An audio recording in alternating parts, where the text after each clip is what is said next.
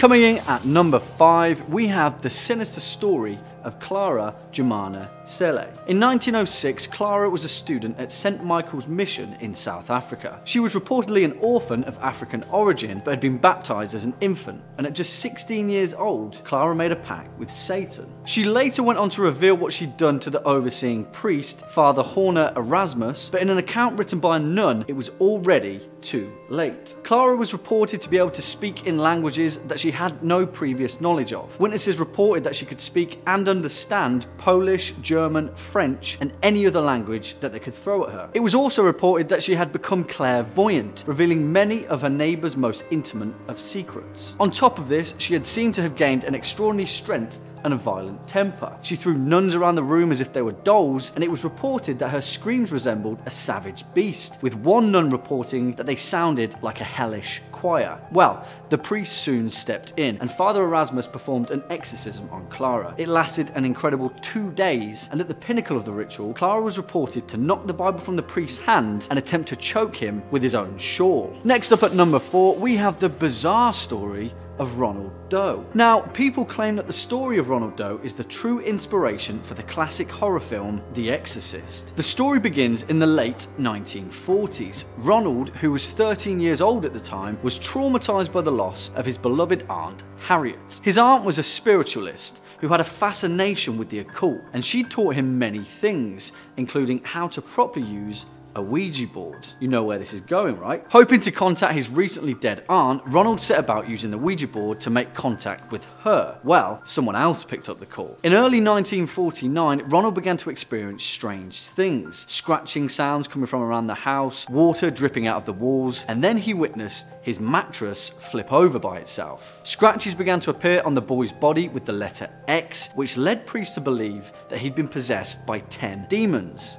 That's pretty unlucky. After months and months of grueling exorcisms, Ronald actually survived the ordeal after reportedly witnessing a vision of St. Michael defeating Satan's armies on a great battlefield. Good job. Bringing us in at number 3, we have the tale of the Ammons family. Now, this story is pretty weird, but whatever the true outcome, it led to one of the strangest cases ever handled by the US Department of Child Services, and many of its events are detailed in an 800-page report. It happened, it's weird, let's jump in. In 2014, mother of 3, Latoya Ammons, claimed to police officials that her children had been possessed by demons, a pretty strong claim for anyone. But, well, when a social worker and a hospital nurse came to check on the children, they witnessed Latoya's 9-year-old son walking backwards up a wall. Now, that's not all. Latoya says that the strange tale began with flies. Wherever the children would be, there'd be a swarm of big, ugly flies that followed them. And despite constant cleaning and repellent, they were still there. They'd also witnessed her 12-year-old daughter levitating above her bed, unconscious. Seeking the aid of a priest, the children were reportedly violent and aggressive. They spoke in grave, beast-like tones, and the priest believed that the children had been taken into possession by a demon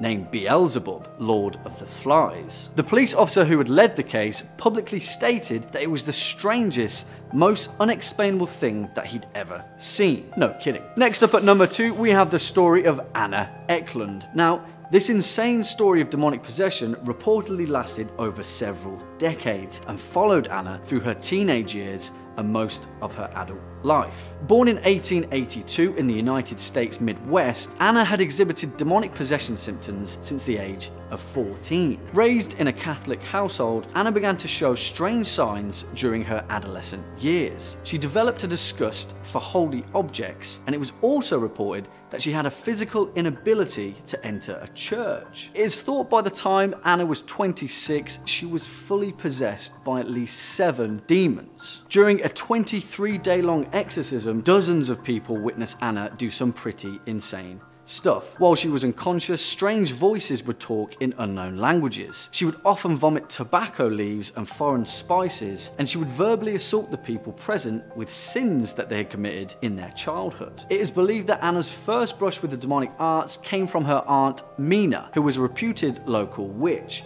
and would supposedly prepare Anna's food with strange herbs. The amount of records on Anna Ecklund is insane, and her case is considered by paranormal scholars as the most abundantly documented documented case of possession in the 20th century. And finally, at number 1, we have the true story of Estefania Lazaro. Our number 1 spot is the real story that inspired the Netflix hit horror film Veronica. You guys seen it? Pretty good. Now, Estefania's brush with demons remains to be one of Spain's most mysterious unsolved criminal cases. According to her parents, Estefania had developed a slight interest in the occult, which gradually led the teenager to perform a seance at school with her friends. According to a witness, they were attempting to contact the boyfriend of one of the girls who had recently died in a motorcycle accident. And you guys guessed it, they used a Ouija board. What happened next was a series of unexplainable events that occurred over a 6-month stretch. Estefania would descend into a strange version of herself, often having wild seizures and visions, and she would snap into fits of violent rage, snarling and barking like a beast at her younger siblings. After months of torment, she mysteriously passed away in her bedroom. Her death was unexplained. Her parents later reported walking past her bedroom at night and seeing strange, evil-looking, shadowy people. And then, on the evening of November 27th, 1990, police received a frantic telephone call from the Lazaro household. Her parents reported tall shadow people that had entered their home, and they were terrified to go back inside. As police entered the house, they felt the same eerie presence that had plagued her parents. And as they entered Estefania's room, they found a crucifix laying on the middle of the floor and a poster that had been shredded by claws. They witnessed furniture quickly shifting across the room and doors rapidly slamming. And in the living room, on the floor, was a picture of Estefania that had fallen off the wall and ignited itself on fire, but only the photograph was burned. The frame, including the glass, didn't have a single scratch on it. Coming in at 5, the Smurls Family. The Smurl haunting took place between the years of 1974 and 1989 and referred to claims made by Jack and Janet Smurl of West Pittston, Pennsylvania, who alleged that a demon was tormenting their home. Their first claims arrived in 74 when they alleged that their double-block home was disturbed by a demon that caused loud noises and bad odors, threw their dog into a wall, shook their mattress, and pushed their children down some stairs. And on top of that, even physically and assaulted Jack on multiple occasions. In 86, the family brought in our favourite demon fighting duo, Ed and Lorraine Warren. According to Ed, the demon that inhabited the Smurls' home was incredibly powerful and shook mirrors and furniture after they tried to persuade it to leave by playing religious music and praying. Temperatures would drop, and the Warrens even claimed to have seen a dark mass form in the home, with the demon once even leaving a message on a mirror telling them to get out. The home was blessed by several priests, with one unidentified priest performing 3 unsuccessful exorcisms. Janet Smurl claimed the demon avoided the rite during the exorcism by moving between the double-block home and following the family to other locations. Now, the source of the family's possession was never discovered, with many media outlets claiming they were frauds, simply looking for 15 minutes of fame, whereas others believe the family invited the demon in on their own accord. What do you guys think though? Coming in at 4, Julia. Back in 2008, a case was documented by Dr. Richard E. Gallagher, a psychiatrist in New York who describes one particular patient that we will refer to as Julia, who he deemed to be possessed by a demon. She was a middle-aged woman who wore flowing dark clothes and was incredibly charming. However, she was also part of a satanic cult. The woman referred to herself as the queen of the cult, but as I stated before, Gallagher simply referred to her as Julia, a pseudonym he gave her. Julia had approached her local priest, convinced she was being tormented by a demon, and in turn was referred to an exorcist who reached out to Gallagher for a mental health evaluation. The question here though, and the question Gallagher wanted answering, was why a devil worshipper would want to be free of the devil. Right? Gallagher helped assemble an exorcism team, and the group gathered in the chapel of the home. Reports state that the objects would fly off shelves around her. She even knew personal details about Gallagher's life, how his mother died and how many pets he had. Spookier still, even when Julia wasn't with Gallagher, she still found a way to reach out to him. On one particular occasion, Gallagher was talking on the phone with Julia's priest, when both men heard one of the demonic voices that came from Julia during her trance. Even though she was nowhere near referring phone and miles away. Gallagher went on to state that he had never been more afraid in his entire life. Coming in at number 3, Cheyenne Johnson. Arne Johnson is marked in history for being the very first person to plead innocent on account of demonic possession during a case that is infamously known as the Demon Murder Trial. On November 24, 1981 in Brookfield, Connecticut, Arne Johnson was convicted of first-degree manslaughter for killing his landlord Alan Bono. Now this is where things get odd. According to the testimony by the Glatzel family, 11-year-old David Glatzel had allegedly played host to the demon that forced Johnson to kill Bono, and after a number of tragic and terrifying events, the family enlisted our pals Ed and Lorraine Warren in a last-ditch effort to cure David of his demonic possession. The family, along with the Warrens, proceeded to have David exorcised by a number of different priests. It lasted several days, and according to eyewitnesses, the demon left the child's body and took up residence in Arne Johnson's instead. Now, of course, a claim like this would never hold up in court, with the judge ruling that such a defense could never be proven and was therefore infeasible in a court of law. Johnson was therefore convicted, though he only served 5 years of a 10 to 20 year sentence. Coming in at number 2, Michael Taylor. Michael Taylor is a man who became notable in England in 1974 for alleging that he was possessed by a demon. Taylor lived in West Yorkshire as a butcher, and with his wife belonged to a Christian fellowship group. However, Michael wasn't all good, with him often admitting that he felt evil within him, resulting in him attacking the leader of the fellowship, Marie Robinson, verbally. Taylor's behaviour increasingly became more erratic, and as a result, the local vicar called in other ministers experienced in deliverance in order to cast out the demons residing within the man. I mean, a little hasty. A lot of people have a temper, doesn't mean they're possessed. Anyway, the exorcism occurred on the 5th and 6th of October in 1974 at St. Thomas's Church in Gorba, and was headed by Father Peter Vincent. According to Bill Ellis, an authority in folklore and the occult, the exorcists believed that they had, I quote, in an all-night ceremony, invoked and cast out at least 40 demons, including those of incest, bestiality, blasphemy, and lewdness. At the end, exhausted, they allowed Taylor to go home, although they felt that at least 3 demons, insanity, murder, and violence, were still left in him. And they were right, because while at home, Michael Taylor murdered his wife Christine, attacking her with his bare hands before also attacking their dog. He was later found by police naked in the street, covered in blood. At his trial, Taylor was acquitted on the grounds of insanity and was sent to Broadmoor Hospital for 2 years. And finally, coming in at number 1, Gotliebin Dittus. This scary demonic case takes us all the way back to the 1800s. Gotliebin Dittus was a 28-year-old resident of the rural German village of Mottlingen, located within the Black Forest. She was raised with Lutheran parents and had somewhat of an oppressively religious, highly superstitious upbringing. However, when her parents died, Dittus lived with her siblings and continued to attend service.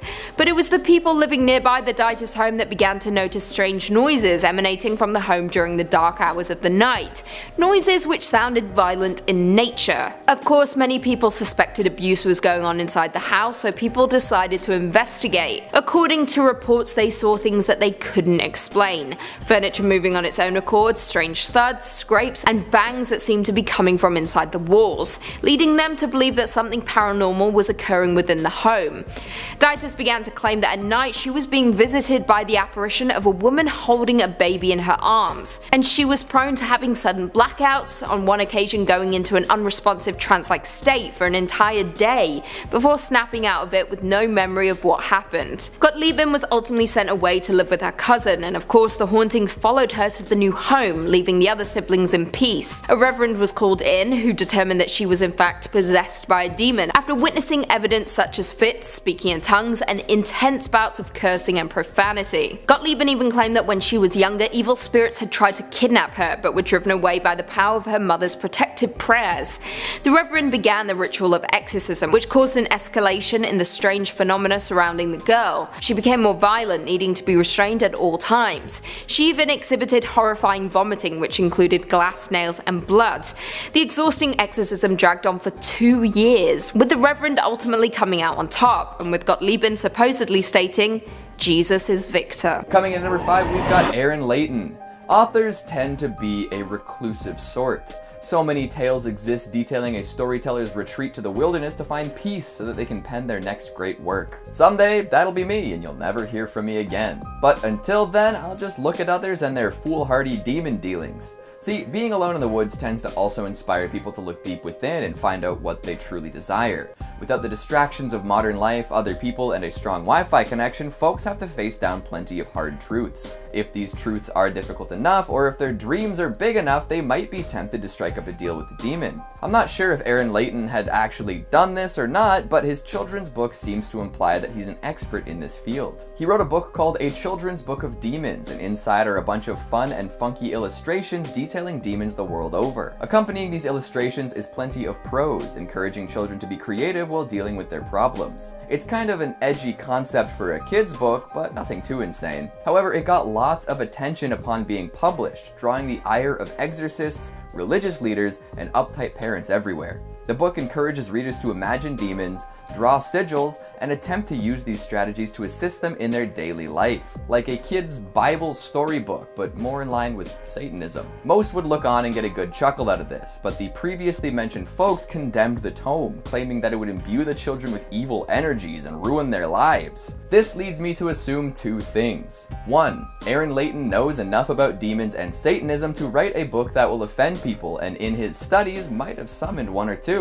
Maybe they helped him write it. And 2, some of the parents who ended up buying this book for their kids actually witnessed some demonic activity. Nobody would be getting so up in arms about something totally harmless, so there must be at least a little bit of power here. I wonder what the kids use their demons for. Maybe acing a spelling bee or getting extra helpings for dessert. Number 4, Charlie. Staying on the topic of children summoning demons for a moment, let's discuss this viral smash hit of a demon summoning trend. Remember when this was all anyone was talking about? Oh boy. Part Bloody Mary, part Ouija, and part internet challenge, Charlie took the Western world by storm. It kind of inspired its own miniature satanic panic as concerned parents and news organizations rushed to understand the appeal of the game. In fact, I bet it would have all blown over much more quickly if folks just calmed down a little. But kids and teens across the nation were playing this game and supposedly successfully summoning a demon. Charlie, if you couldn't tell. The game works like this. Set up a little 2x2 grid and a piece of paper, writing yes and no in each of the squares. Once this is ready, balance 2 pencils perpendicularly atop each other so that one can sort of spin freely. Now you're ready to play. Chant Charlie and ask some questions. Apparently if the top pencil moves, that means Charlie is present. Is he good? Is he bad? Who knows? But a lot of folks took advantage of this interesting stationary-based phenomenon and claimed that they had managed to summon real demons. After asking some particularly salacious questions, they got answers they didn't like and began freaking out. Did this really hurt anyone? It's questionable, but like I said before, it inspired a whole lot of new coverage and panic amongst the morally upright who believed that the kid would encourage their kids to take their paranormal investigations a step further. It's been a while since someone went viral for playing Charlie, and I can't say that I've seen any major new updates concerning folks who supposedly summon demons. So maybe it was a temporary visit, one without lasting effects, but who knows? Somebody test it out for me, alright? Let me know if Charlie's still kicking and what he offers in exchange for a soul. Coming in at number 3, we've got Robert Johnson. A classic tale is that of the Faustian deal. Somebody wants something so bad that they're willing to give up their soul for it. Success in life, and then an eternity of servitude to a dark force in the afterlife. Worth it. Robert Johnson decided he wanted to be the ultimate blues guitarist and would give anything to make that happen. Some say that he sold his soul to the devil for the skills required. When he played, his talent was so impressive that much of his audience had no choice but to believe it was acquired through paranormal means. I'm sure that did a lot for his ego. Looking into this story, it's said that he met a devil at a crossroads and Satan tuned his guitar for him. Tenacious D who. The devil went on to teach Johnson how to master the blues, which was the prevalent guitar genre at the time, and from then on he was a genius on the fretboard. No one could keep up with him, and he impressed countless listeners. However, he was met with an unfortunate fate, which only served to intensify the rumors about his skill. At the young age of 27, he passed away with foul play suspected. By that time, though, he had produced 6 studio records and thrilled folks across America. If your legacy lives on for ages like his, is that a fair trade-off for an early death? We can't ask Johnson himself, but I'm sure he'd have a strong opinion on that one. Coming in at number 2, we've got Sid White. Originally interested in witchcraft, Sid gradually became aware of and enamored with demons. Believing that a demon is an entity that has wandered our earth for ages, possibly even for eternity, he has supposedly summoned demons on multiple occasions. The rituals remain largely the same across the board, but small changes can affect what demon you'll summon. Write this down. You'll need a dark room, candles, herbs, a Ouija board, and blood. All pretty easily attainable, don't you think? Especially that blood bit. You're full of it. From there, you need to know a specific spell or chant, especially if you're looking for a specific demon. Knowing what you're getting into is pretty important too, because if you're summoning demons willy-nilly, you're gonna have a bad time. A lot of people choose to summon demons to strengthen their connection with another world. This allows those who do so to draw increased strength and insight and hopefully improve their life some. However, Sid refuses to talk about what happens once he summons a demon. That's his private time, apparently. I mean, there are a lot of things people do behind closed doors that they probably don't want to discuss with the world at large. I pulled a lot of this info from an interesting article on Vice, and I'm sure Sid didn't want all the Vice readers to know his secrets. Check out the article if you want some more insight though. It'll be in the description. Coming in at number 1, we've got Niccolo Paganni, another masterful musician making morbid arrangements under cover of dark.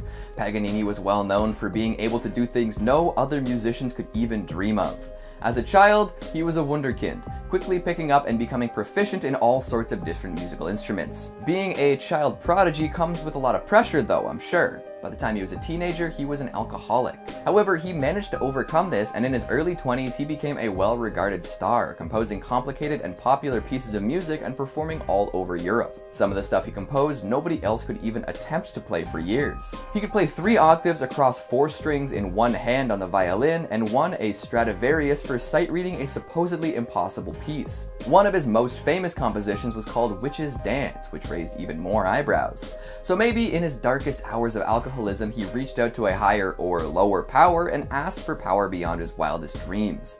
Either that, or he decided to get it together. He supposedly had really long fingers too, which may have helped with his incredible musicality. Striking up deals, looking for power, and wondering what might be on the other side. All good reasons to summon a demon, but also maybe not great reasons. But hey, it's your life.